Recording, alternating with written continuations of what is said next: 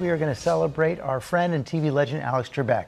TJ Holmes sat down with Trebek a number of times since his cancer diagnosis. He joins us now. Good morning, TJ. Good morning to you guys. And the last time I was with him a few months ago, we talked about how he wanted to be remembered. And he said he wanted to be remembered, and I quote, as a reasonably nice guy. But he went on to say it would be greedy of him to actually expect anything more. That is that trademark Trebek humility that endeared him to so many people, so many millions of people who are now, of course, mourning the fact that we lost him, but also recognizing we should be celebrating the fact that we got to have him. Here is the host of Jeopardy, Alex Trebek. Simply beloved. Let's have some fun. Here comes the Jeopardy round. That charm. Bright and successful.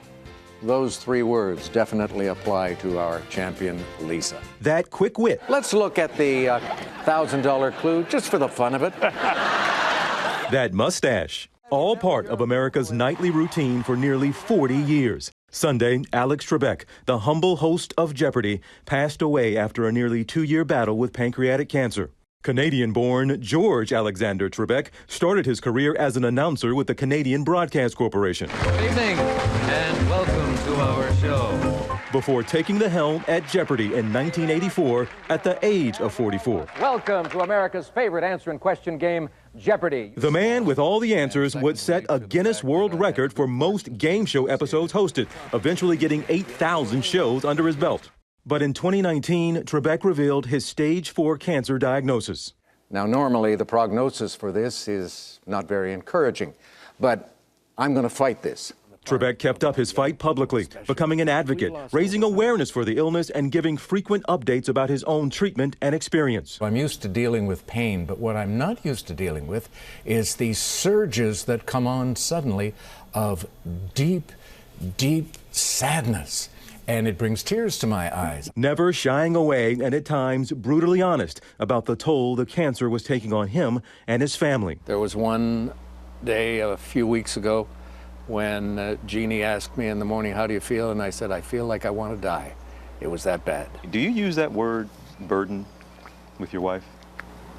Yeah, I've used that. And she says what to you when you say She says, you're not a burden. She's a saint.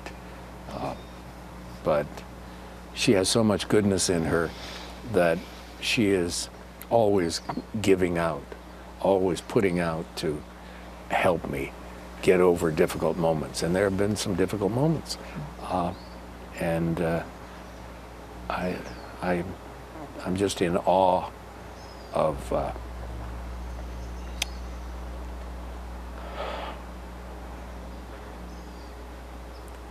the way she handles it. Support for Trebek showed up at times on Jeopardy. What is, we love you, Alex. That's very kind of you. Thank you.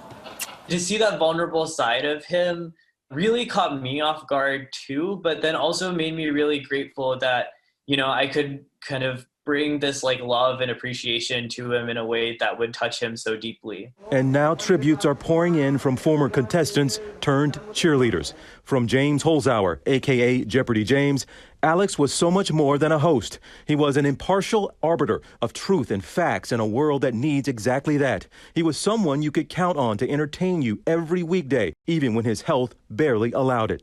And from Jeopardy legend Ken Jennings, Alex wasn't just the best ever at what he did. He was also a lovely and deeply decent man, and I'm grateful for every minute I got to spend with him.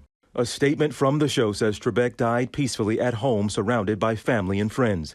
He leaves behind his wife of 30 years, Jean, their daughter Emily, and son Matt, and perhaps the legacy he'd hoped for. What you see on air really is what I am. And I'm a reasonably nice guy, and I'd like you to view me that way. I don't go out of my way to malign anybody. I want to be considered as helpful and generous and kind. I gotta get this. He always talked about how great of a job that was, and he would never leave it. And he talked about, literally, guys, sometimes he would have to pick himself up off his dressing room floor in tears and pain, go right to the set, do the show, go back in pain. Get this, guys. He died yesterday, 10 days ago. He was in the studio recording shows. And so we lost him, but you're going to get to see him for a little while longer. He has enough shows he banked that he's actually going to be on the air, new shows, until the end of the year. But wow.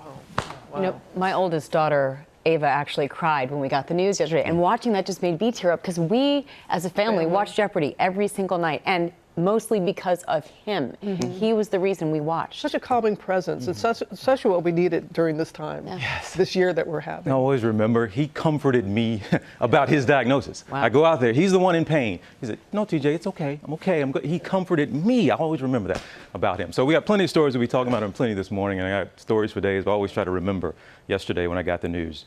All the joy, all the humor, all the laughs he gave us. When he was here in the studio, remember? When he was in the studio May of 2019, and the same thing, he made us all feel better. So good. You know, we wanted to, anyway, yeah. And right up until the end, he kept on with it. TJ, thanks very much. We're got going to it. have more on the life and legacy of Alex Trebek coming up in our next hour. We're going to talk live to a couple of the Jeopardy champions whose lives he touched. Well, hey there, GMA fans. Robin Roberts here. Thanks for checking out our YouTube channel. Lots of great stuff here. So go on, click the subscribe button right over here to get more of awesome videos and content from GMA every day, anytime. We thank you for watching, and we'll see you in the morning on GMA.